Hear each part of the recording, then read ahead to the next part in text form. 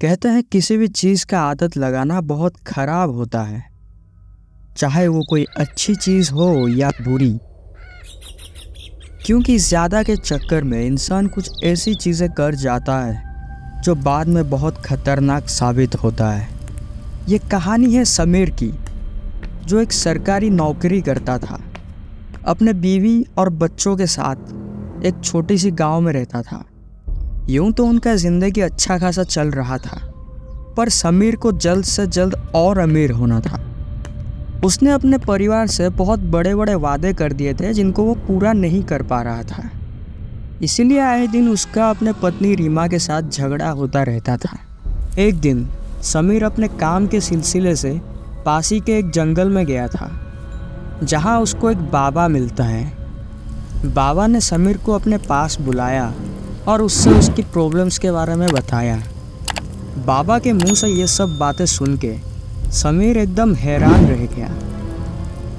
बाबा ने समीर को बताया कि मेरे पास तुम्हारे सारे परेशानियों का हल है। ये कह के वो बाबा समीर को अपने साथ बुलाया। समीर भी बिना कुछ सोचे समझे उस बाबा के साथ चला गया। यहाँ जैसे जैसे समय बीतता जा रहा था, रीमा और भी ज़्यादा परेशान हो रही थी। करीब 6 दिन बीत गए थे, पर अभी तक समीर का कोई अता पता नहीं चल रहा था। पर अचानक से 7वें दिन समीर घर में आता है। रीमा उसको देख के बहुत सवाल पूछती है, पर समीर उसका एक भी जवाब नहीं देता। वो सिर्फ रीमा के हाथ में कुछ पैसों का बंडल देता है। अब जैसे जैसे समय बीतता है, रीमा समीर के अंदर बहुत अजीब अजीब सी चीज़ें नोटिस करने लगी थी। समीर बहुत दिनों तक घर से गायब रहने लगा था, और जब भी वो घर आता था अपने साथ बहुत सारे पैसे लेके आता था। पहले वो रीमा के पास सोता था, पर जब से समीर का ऐसे अचानक से गायब होना शुरू हुआ था, तब से समीर एक दूसरे कमरे में उससे अलग सोता था। समीर अपने सरकारी नौकरी को भी छोड़ दिया था, और उस गांव में समीर सबसे अमीर हो गया था। रोज बहुत लोग समीर से मिलने आते थे। समीर उन सब का हाथ देख के उनका भविष्य बताता था।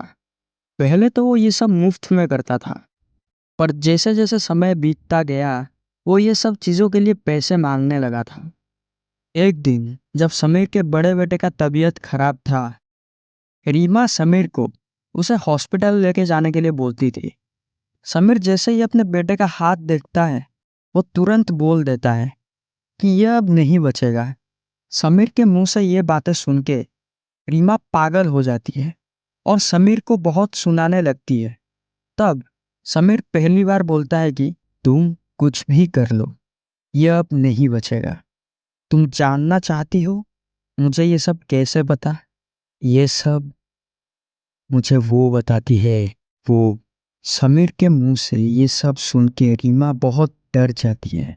उसी वक्त समीर को छोड़ के रीमा एक बाबा के पास जाती है और उन बाबा से अपनी सारी परेशानियां बताती है। तब बाबा कहते हैं कि बेटा, शायद तुम्हारा पति एक कर्ण पिशाचनी को सिद्ध कर दिया है।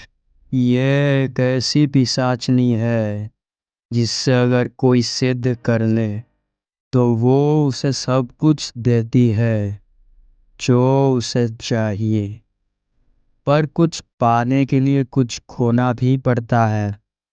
और उसके लिए जो कोई भी कर्ण पिशाचिनी को सिद्ध करता है वो कभी भी दूसरी औरत के साथ नहीं सो सकता है, और वो कभी भी किसी के भी सामने कर्ण पिशाचिनी के बारे में नहीं बता सकता है।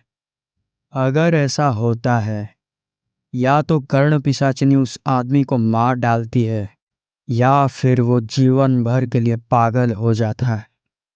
समीर ने उस दिन रीमा के आगे कर्ण पिशाचिनी के बारे में बोल के एक रूल तोड़ दिया था। इसीलिए जब रीमा अपने घर पहुंचती है तो वो देखती है कि समीर वहां नहीं है। किसी को नहीं पता कि समीर अचानक से कहाँ गायब हो गया था, पर शायद रीमा को पता था कि समीर को और किसी ने नहीं बल्कि कर्ण पिशाचिनी अपने साथ ले गई है।